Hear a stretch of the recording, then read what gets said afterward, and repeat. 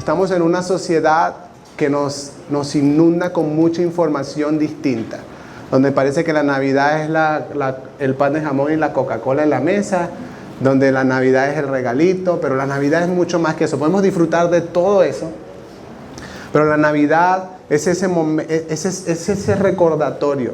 No importa que no haya sido en diciembre, pero nos recuerda que el Mesías nació y que vino para ser el Salvador del mundo. Y cuando estamos terminando el año, ¿verdad? La mayoría nos ponemos a pensar en las cosas que hicimos, pero sobre todo anhelamos, o por lo menos eso me pasa a mí, anhelamos que el año que viene sea, ¿verdad? Yo no creo que haya alguien que quiera que el año que viene sea peor que este, o sea más difícil que este, o con más problemas que este. Normalmente estamos pensando y anhelamos que el siguiente año sea mejor, que tengamos más éxito, más prosperidad, que tengamos salud. Son las cosas que normalmente tenemos en mente en este tiempo, pero quiero hablarles en este ratico de esto, el año de gracia y favor, ¿ok?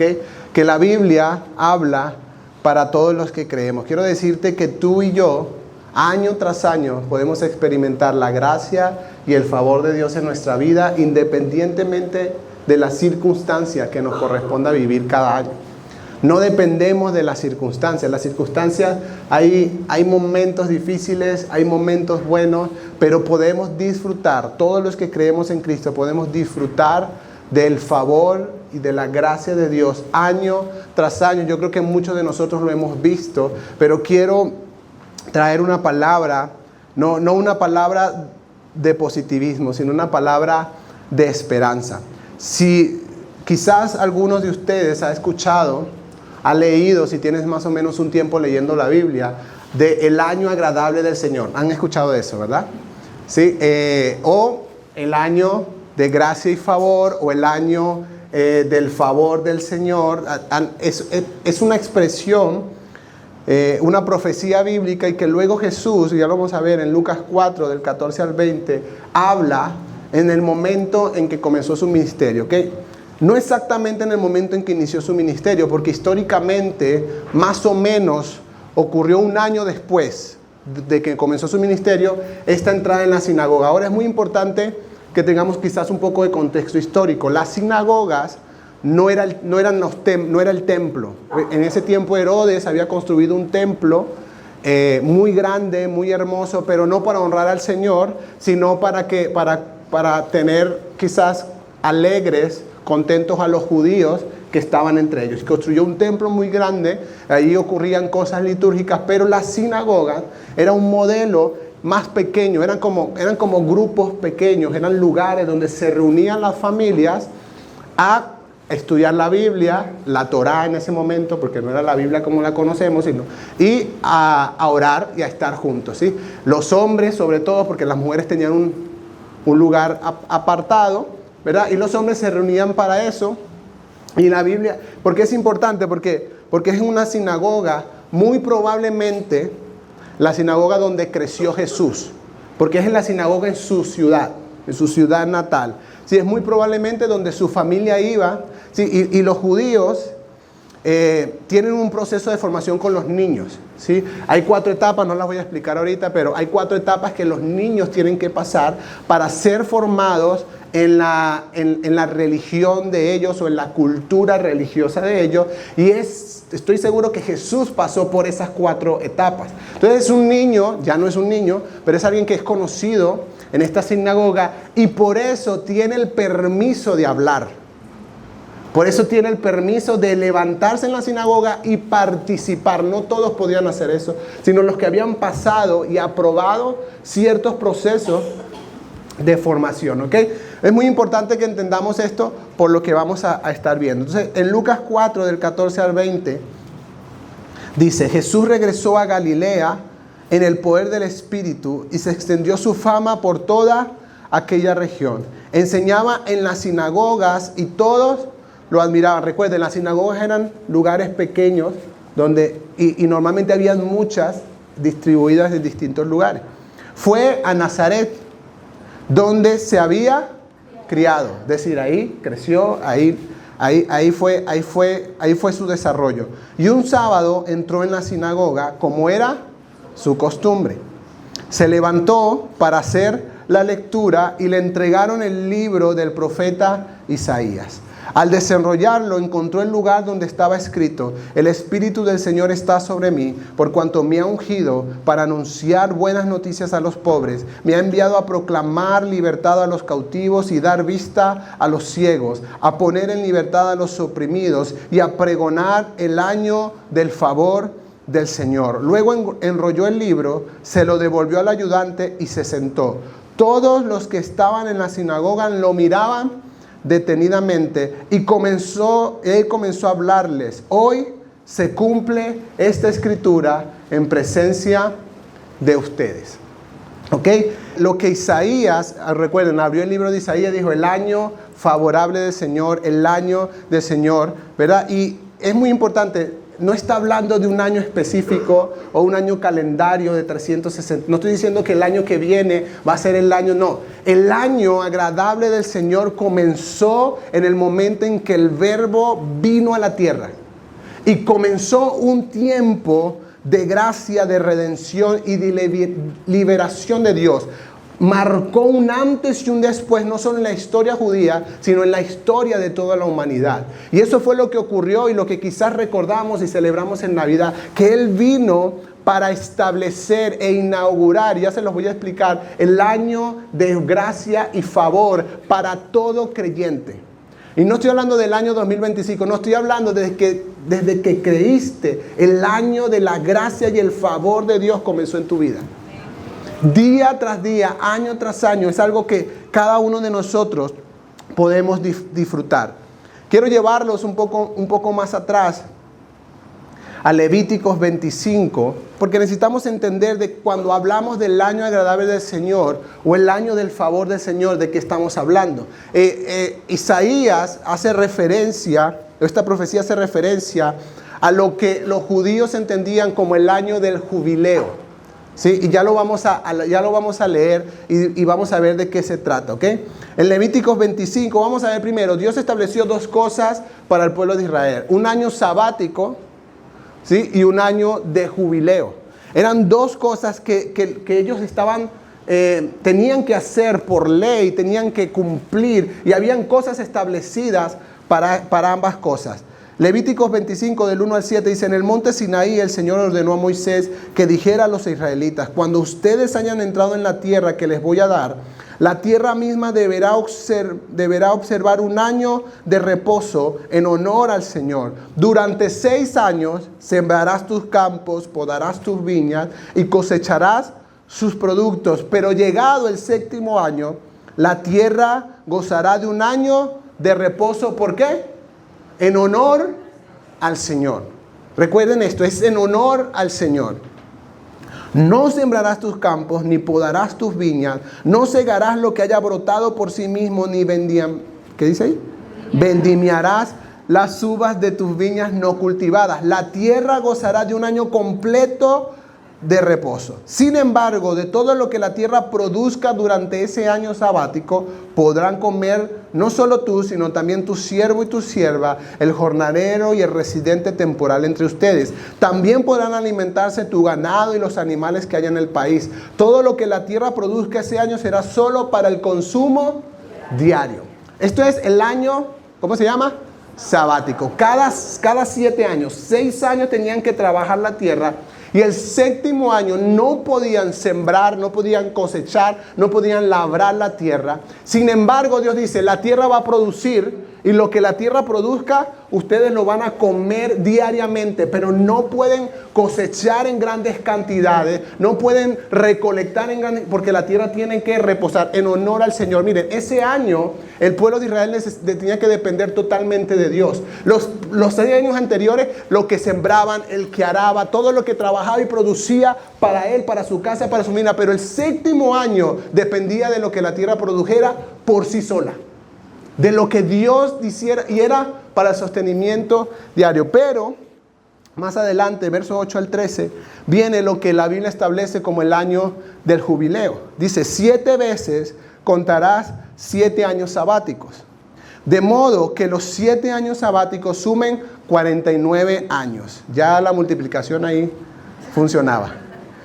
El día 10 del mes séptimo, es decir, el día del perdón, harás resonar la trompeta por todo el país. El año 50 será declarado santo y se proclamará en el país liberación de todos sus habitantes. Será para ustedes un jubileo y cada uno volverá a su heredad familiar y a su propio clan. El año 50 será para ustedes un jubileo. Ese año no sembrarán ni cosecharán lo que haya brotado por sí mismo, ni tampoco vendimiarán las viñas no cultivadas. Ese año es jubileo y será santo para ustedes. Comerán solamente lo que los campos produzcan por sí mismos. En el año del jubileo cada uno volverá a su heredad familiar. Y es muy importante porque este es el año agradable del Señor que Jesús vino a decir, que vino a establecer después de que Él hiciera toda la obra en la cruz. Pero Él está ahí en la sinagoga y delante de todos los que lo están viendo dijo, esta palabra se ha cumplido delante de ustedes. O sea, literalmente Jesús les está diciendo, yo soy el Mesías anhelado de Israel. Yo soy, pero ninguno de los que... Es más, si siguen leyendo la historia, lo querían tirar por un despeñadero. Lo querían tirar, o sea, les molestó porque Él dijo, yo soy ese. Yo soy el que viene a establecer el año agradable del Señor. Dios estableció muchas cosas para el año del jubileo. Por ejemplo, había gente que había sido esclavizada por deudas no pagadas, pero en el año del jubileo tenía que ser liberada. Habían familias que vendían su propiedad por necesidad, por lo que sea. Vendían sus terrenos, los terrenos que pertenecían a su familia. Y el año 50, el que lo había comprado tenía que devolvérsela, recuperaba todo. Es más, Dios había establecido hasta unas normas de, mira, si faltan muchos años para el jubileo, véndela a un precio mayor. Pero si faltan pocos años, baja el precio de tu heredad, porque en 2 o 3 años te la van a devolver, entonces véndela barata. O sea, Dios había establecido algunas cosas. Eran perdonadas la deuda de todos los que debían. Imagínense eso ahorita. Imagínense eso ahorita. Año 50, nadie le debe a los bancos, tarjetas de crédito, cachea en cero, todo. Eso era lo que sucedía. Todo, y mira, y todo el pueblo, tuviera o no tuviera, tenía que hacer esto. El año del jubileo era un año de celebración, era un año de fiesta, y era un año donde las deudas eran perdonadas, todo el mundo recuperaba lo que había perdido por causa de sus malas decisiones, por causa de lo que sea, ¿sí? Entonces Jesús en la sinagoga hace una afirmación sorprendente. Hoy se cumple esta escritura en presencia de ustedes. Jesús literalmente le dijo a todos los que estaban ahí que Él era la promesa cumplida de Dios, que Él venía a inaugurar y a establecer el tiempo, la era de la gracia y el favor de Dios. Ya no era el año 50, ya no era solo un año, sino que a partir de Cristo, de ahí en adelante, comenzaba una nueva dispensación, comenzaba un nuevo tiempo, lo que conocemos algunos como el tiempo de la gracia. Jesús vino a establecer eso, y ese es el año agradable del Señor, y ese es el año de favor y gracia que tú estás supuesto a vivir día a día, que tú y yo estamos supuestos no solo a vivir, sino a llevar a otros. La venida de Jesucristo inauguró la era, el tiempo del año del jubileo para todos los que iban a creer en Él a partir de ese momento. El tiempo de la gracia, la redención, la liberación, cosas que no existían. O sea, miren, existía la misericordia de Dios, pero el que no cumplía la ley debía morir. El que no cumplía la ley llevaba castigo. El que pecaba, el judío entendía que el pecador era un deudor. El que pecaba estaba en deuda con Dios, y una vez al año se hacía para pagar la deuda por un año, pero luego el pecado nuevamente estaba, y era un rito que tenía que ser año tras año. Pero Jesús viene a establecer que Él Él es el cumplimiento de la profecía de Isaías, del año agradable del Señor, y que el Espíritu de Dios que estaba sobre él iba a comenzar este tiempo de gracia, esta era de redención y de liberación para todos los que creamos en él. Fue lo que los ángeles, ¿se acuerdan? Lo leímos hace una semana, le anunciaron a los pastores. Son buenas noticias, noticias que serán motivos de alegría para todos. Ha nacido en la ciudad de Belén el Mesías, el Salvador del mundo. Los ángeles dijeron: gloria a Dios en las alturas y en la tierra, paz a los hombres que gozan de la buena voluntad del Señor, que gozan del favor del Señor. Nuevamente, Jesús vino a establecer, a hacer el cumplimiento de esa profecía. Comenzó el año agradable del Señor, el año de gracia y favor para la humanidad. Comenzó en el momento en el que el Mesías se hizo carne, en el momento en el que el Verbo vino a nacer en esa cruz. Y por eso Jesús en esa sinagoga dice: yo soy. Aquí está, delante de ustedes se ha cumplido esta escritura. Yo soy el que viene a establecer esto. Y este año de gracia, este año de favor o este año de jubileo comienza para la vida de cada persona en el momento en que cree en Jesucristo.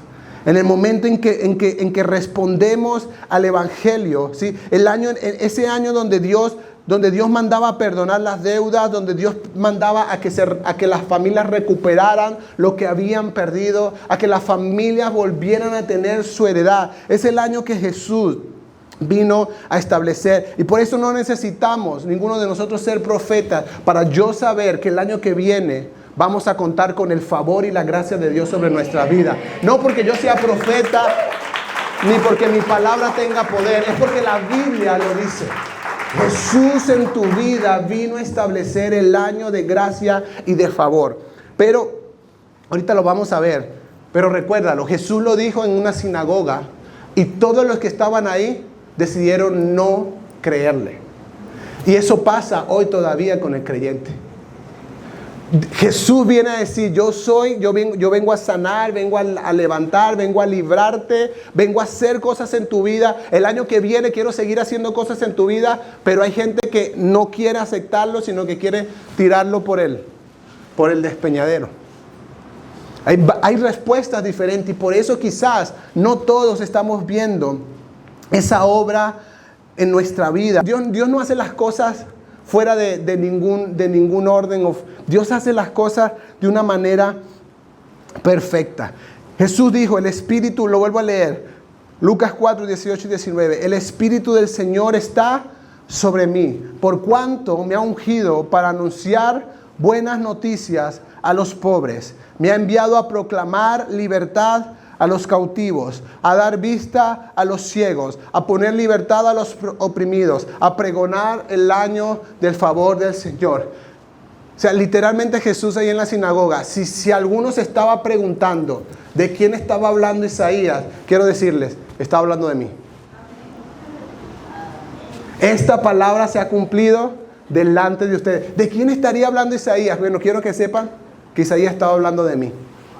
Quiero que sepan que yo soy ese sobre el cual vino el Espíritu de Dios, el ungido del Señor, porque eso significa el Mesías. La palabra Mesías significa el ungido. Es el ungido para anunciar, para liberar, para proclamar libertad, para dar vista a los ciegos.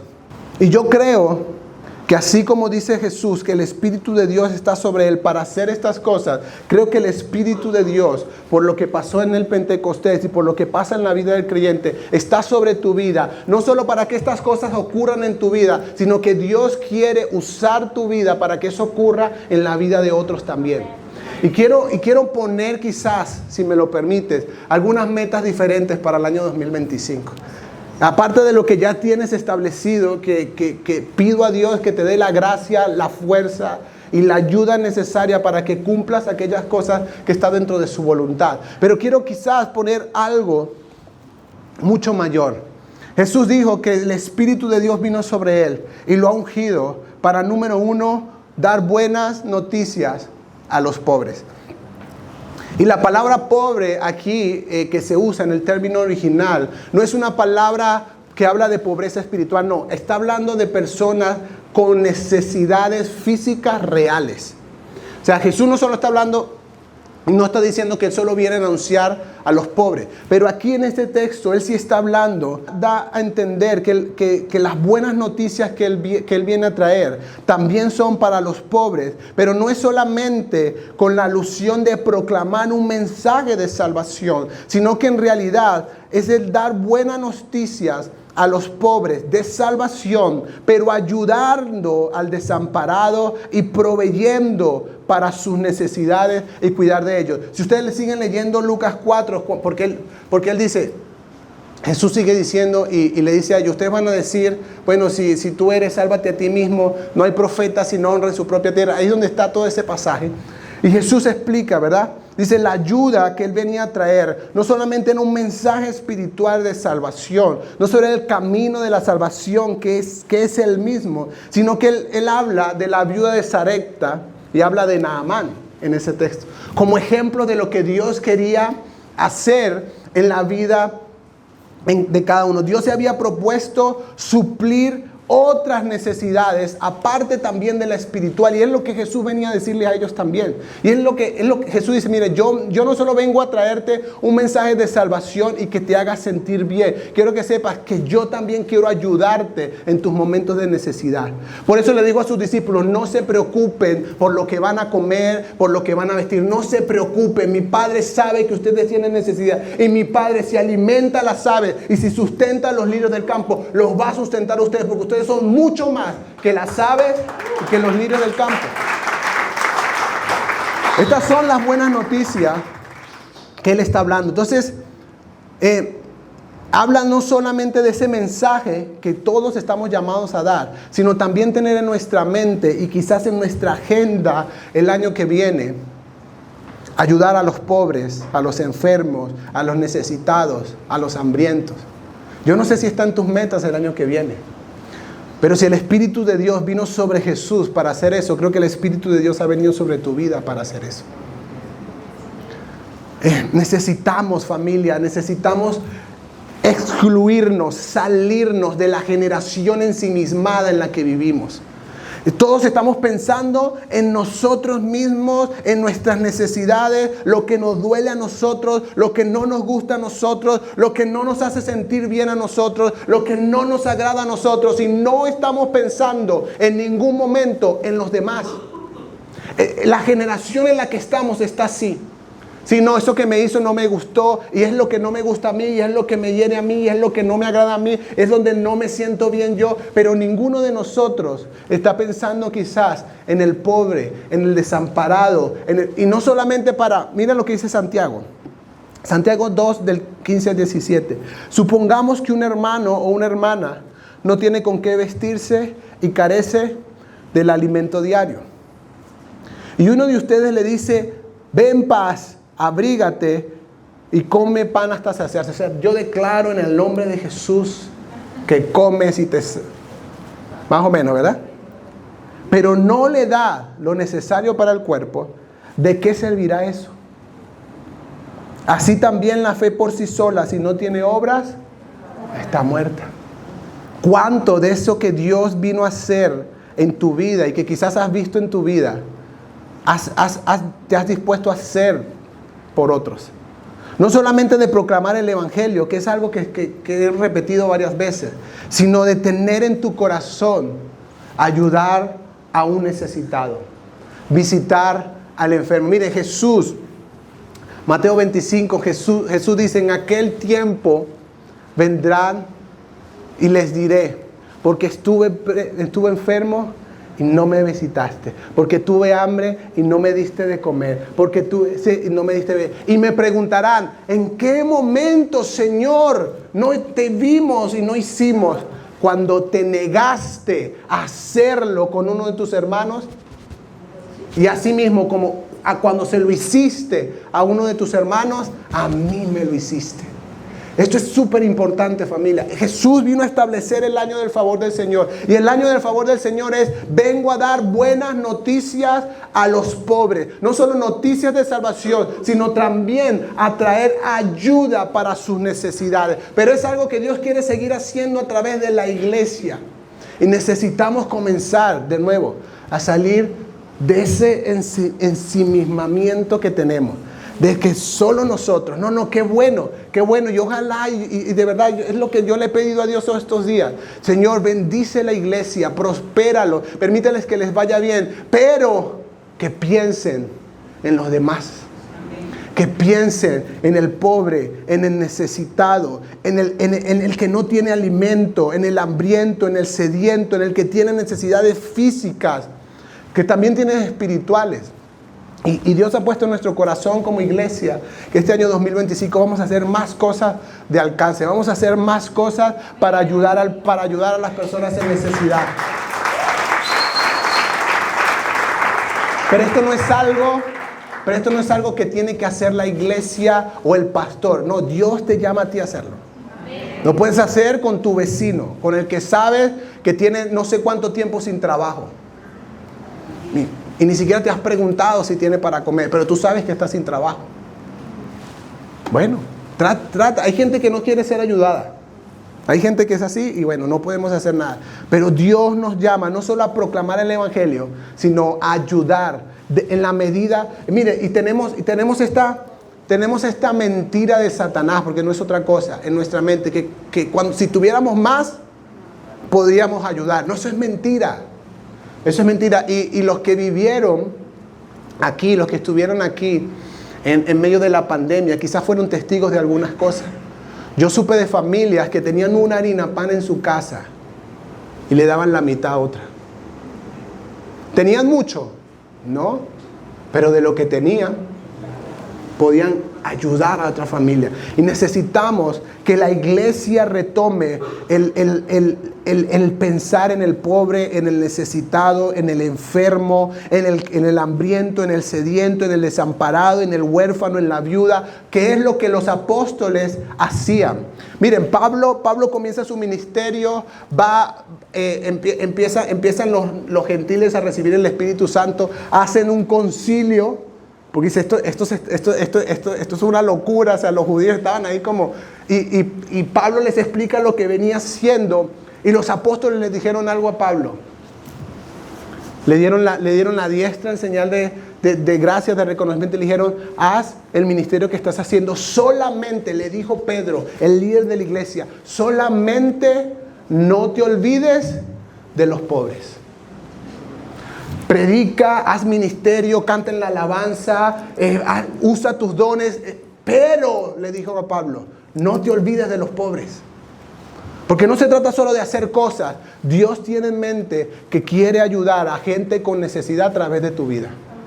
Y es lo que el Espíritu Santo vino a hacer por medio de Jesús. Número 2, dice Jesús que vino a proclamar libertad a los cautivos. Sí, esto era una referencia a lo que sucedía también en el año del jubileo, ¿sí? A los que estaban encarcelados a causa de las deudas. ¿Sí? Era un tema normal, o sea, tú me pedías prestado, yo te prestaba, estaba establecido por Dios que yo debía prestarte sin intereses. Bueno, pero esto no estoy diciendo, esto es allá, no estoy diciendo que, sí, pero teníamos que hacer algo así como cachea, sin intereses. Ayuda a tu hermano y Dios le estableció, dice, pero no te aproveches de él. Préstale sin interés. Establécele un tiempo, pero sucedía cuando se cumplían los tiempos que a lo mejor la persona no podía pagar. Y a veces algunos de ellos tomaban presos algunos de sus hijos o... Bueno, era lo que sucedía, lo que le sucedió a la viuda, ¿se acuerdan? De las vasijas, sus hijos, el esposo le debía y fueron a buscar a sus hijos para esclavizarlos, para cobrarse la deuda, ¿verdad? Entonces, cuando Jesús habla de libertad a los cautivos, hace esta referencia a esa libertad a los que estaban encarcelados a causa de las deudas. Jesús estaba pensando y estableciendo a través de ese pasaje de Isaías que el año agradable del Señor incluía el perdón de toda deuda. Pero no solo deuda financiera como era en el año jubileo, sino que era el perdón de todo pecado de los hombres que se consideraba una deuda con Dios. Por eso la ley establece: la paga del pecado es muerte. Es una deuda que tienes que pagar. Y Jesús vino a pagar esa deuda por nosotros. Por eso dice: vengo a traer libertad a los cautivos, porque yo voy a pagar la deuda de ellos. No, ni siquiera, escúchame, ni siquiera es perdón de deuda sin pago de por medio. No, yo pago la deuda por ellos. Por eso se llama propiciación. Yo pago la deuda que él tiene. No solamente estoy pidiendo que se la perdones, yo pago su deuda. Y esto es lo que Jesús vino a establecer. Ahora, los judíos veían los pecados como deuda, ¿verdad? Y cuando un judío, un hermano, atentaba contra otro hermano o hacía algo que hería a la familia o el honor o el orgullo de otro hermano, se consideraba que estaba en deuda con esa persona, y solo el afectado podía liberarlo de esa deuda. Y qué curioso que comenzamos con el Padre Nuestro, donde dice: Padre nuestro, perdona nuestras ofensas como nosotros también perdonamos. Entonces te voy a poner otra meta para el año que viene. Quizás algunos de nosotros, hay personas que quizás han pecado contra nosotros y le estamos guardando rencor de manera indefinida. Pero el Padre Nuestro dice: perdona nuestras ofensas como nosotros perdonamos. Jesús vino a traer libertad a los cautivos. Vino a liberarte de toda deuda que tenías con el Señor. Vino a liberarte y a perdonarte de todo pecado. Pero dice: pero de esa misma manera estás llamado a perdonar a los demás. Para que el año agradable del Señor comience a expresarse también a través de tu vida. Mateo 6, del 14 al 15, después del Padre Nuestro, Jesús dice esto: porque si perdonan a otros sus ofensas, también los perdonará a ustedes su Padre Celestial. Pero si no perdonan a otros sus ofensas, tampoco su Padre perdonará a ustedes las suyas. Y a veces tomamos esto muy a la ligera. No, yo no le hablo.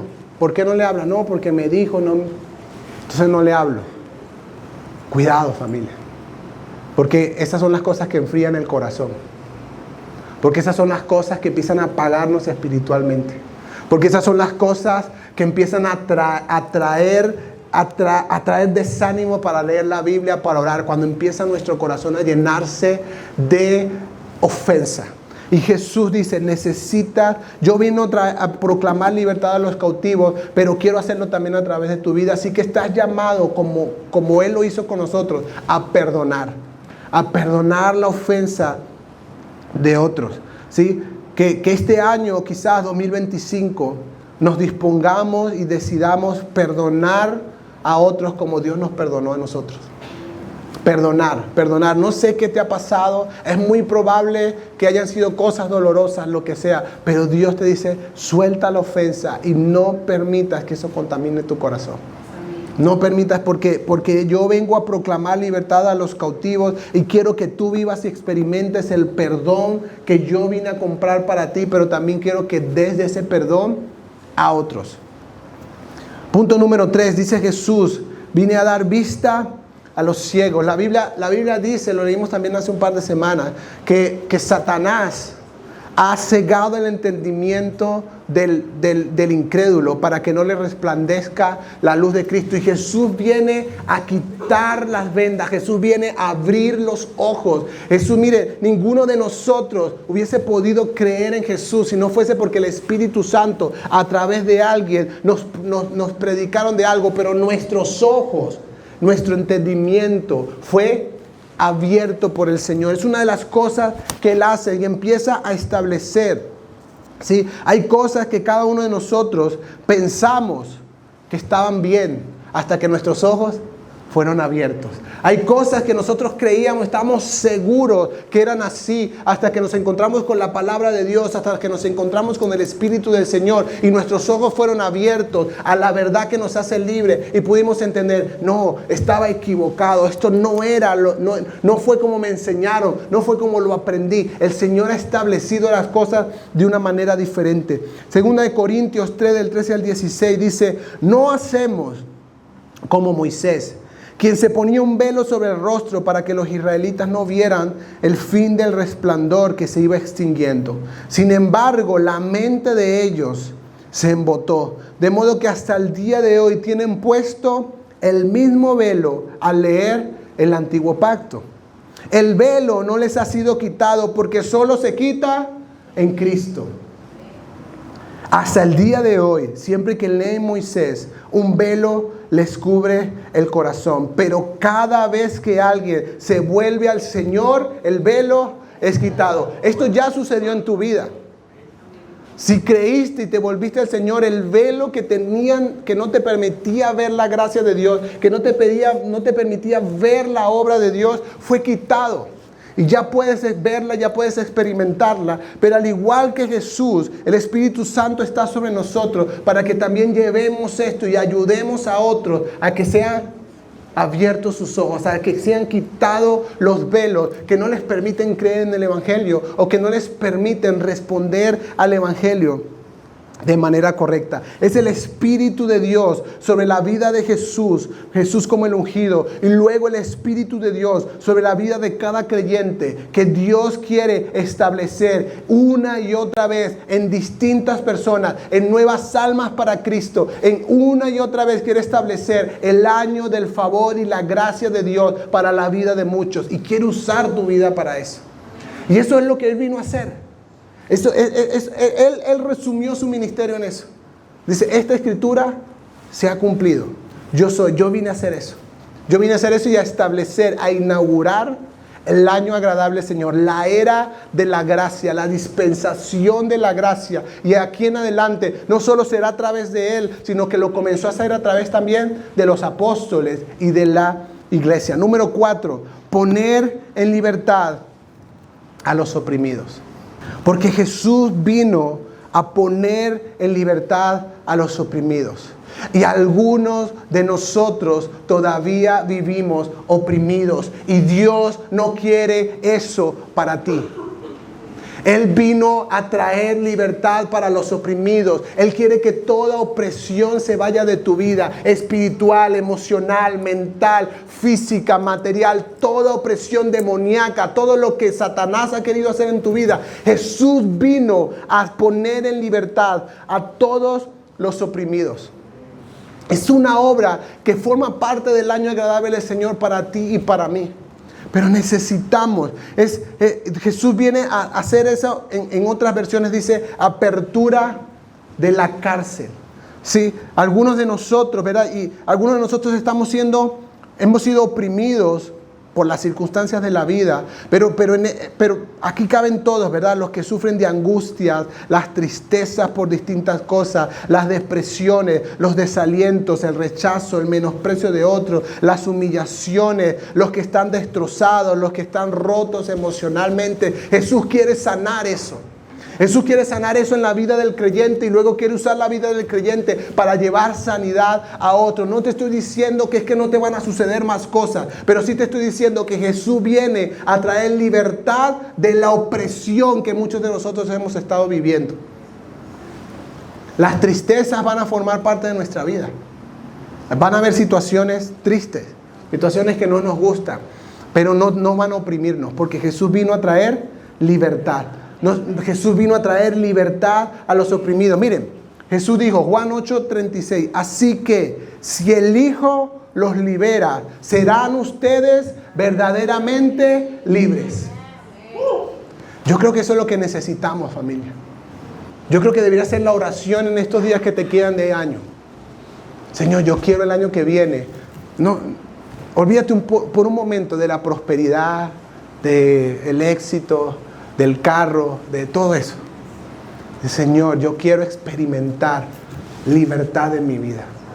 Yo quiero experimentar libertad completa. Hay cosas que todavía me están atando. Hay cosas que todavía me tienen encarcelado. Hay cosas que todavía me tienen oprimido y no lo quiero más. Señor, permite, si el Hijo me liberta, yo soy verdaderamente libre y quiero experimentar eso el año 2025.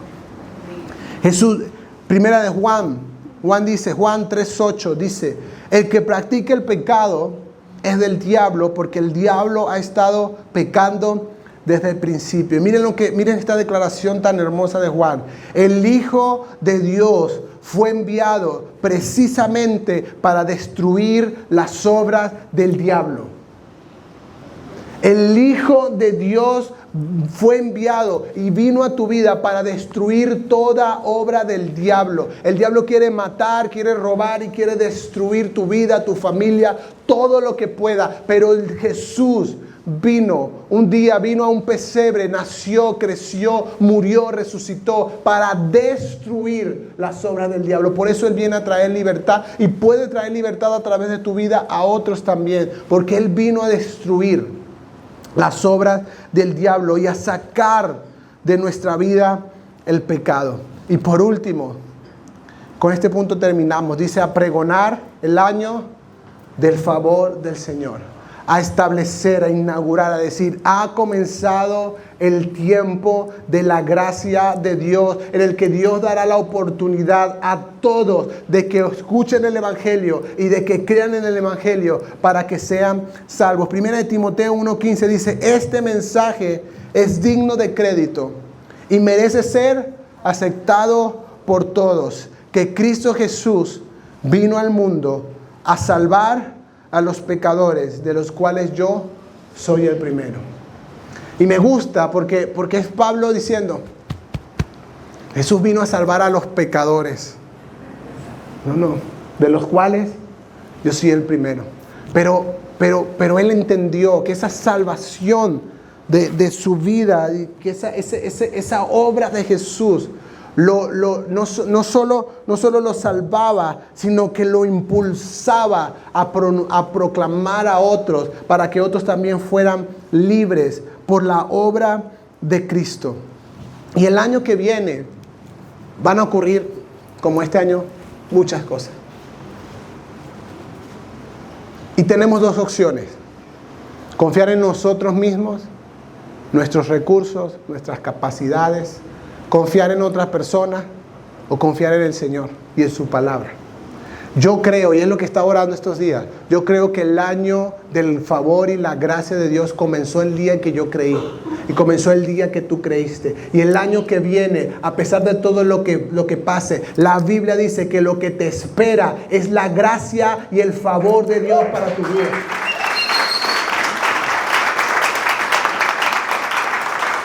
Van a haber momentos difíciles, sí.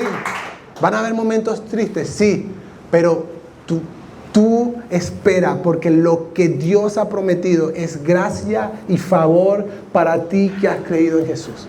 En medio de todas las circunstancias vas a poder ver la gracia y el favor de Dios. Y quiero leerte, por último, quizás el versículo más importante para mí en el año 2024. Uno de los versículos con el cual más he orado, uno de los versículos con el cual más he leído, he meditado, y que puede ser muy importante tener en mente para el año 2025. Es el Salmo 33, versículos 10 al 11, que dice: el Señor frustra los planes de las naciones y hace fracasar todas sus intrigas. Pero los planes del Señor se mantienen firmes para siempre y sus propósitos nunca serán frustrados. A mí este texto me llena de tanta esperanza, porque en el mundo pueden haber miles de planes, los gobiernos pueden estar ahí planeando cosas, pero dice la Biblia, el Señor frustra los planes de las naciones y hace fracasar todas sus intrigas, sus maquinaciones, todo lo que se habla en secreto, todo lo que se está planeando. Pero dice el Señor, y tú y yo estamos llamados a confiar en lo que la palabra de Dios dice, pero los planes del Señor se mantienen firmes. Firmes en tu vida para siempre. firmes en la tierra para siempre. Dice, y sus propósitos nunca serán frustrados. Mira, nada de lo que ocurra el año que viene va a frustrar los planes de Dios, ni se van a salir de lo que Dios ha establecido, porque los planes de Dios permanecen para siempre. Y todo lo que las naciones estén planeando que no vaya de acuerdo a su plan será frustrado por el Señor. Y esta debería ser. No confiamos, no podemos creer en un cambio de país como nuestra esperanza. No podemos creer en un cambio temporal, natural como nuestra esperanza. Nuestra esperanza está en que los planes del Señor permanecen para siempre. Pase lo que pase en el 2025, son los planes del Señor los que van a permanecer para siempre. Y los propósitos de Dios en tu vida nunca serán frustrados.